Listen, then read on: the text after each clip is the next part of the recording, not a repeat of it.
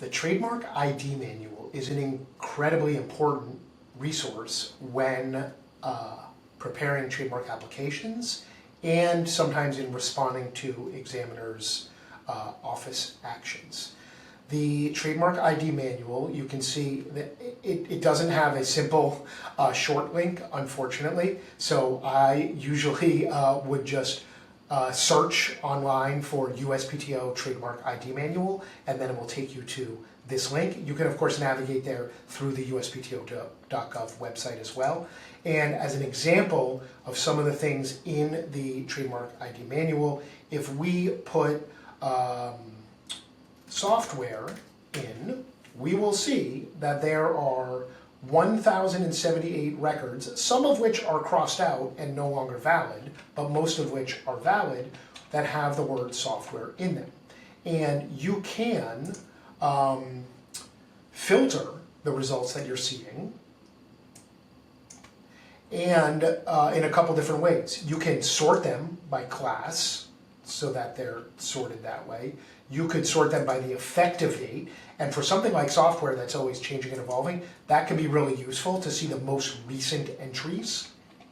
But if you're searching for something that shows up in so many entries, you're going to generally want to figure out how to narrow it down more. So it might be, is it online software? And then if you know what class it's in, you can also include the class number in the search. That will help narrow it more. And if you, for example, know that it relates to games, maybe you would put the word game in there and see what comes up now that has all of those words. And now you see you're dealing with a smaller list of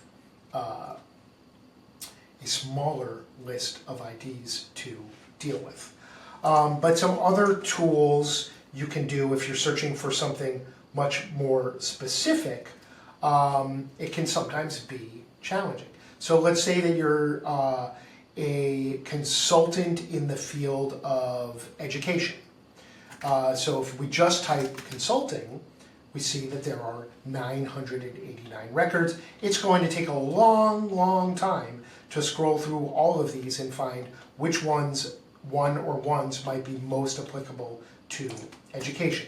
If we search consulting and education, we see that there actually is a very specific ID that is accepted by the USPTO, Consulting Services About Education. That's wonderful. Here's another great tool from this. If you are building a new application in Trademark Center, and now, as of 2025, when you're building a new application, unless you select IDs that are in the ID manual, you're going to have to pay additional fees. So it's important, generally, if you're trying to save money, to find IDs that work, are applicable, cover the scope of the proper goods and services, so that you can put them in an application. So if you find something like this ID here, you can take this code all the way to the left, the term ID code, and if you just copy and paste that code into the Trademark Center application form, when you get to IDs, it will pull up only that one specific result. And that can be tremendously valuable if you're dealing with something where, like with education, when you search, it still pulls up multiple things that you would have to sort through and find the correct one that you're looking for in the application form. And it's not always easy to do, particularly if the listings go on to multiple pages. If you're dealing with anything related to clothing and apparel, this gets difficult as well. There's 137 records just with the words shirts in it.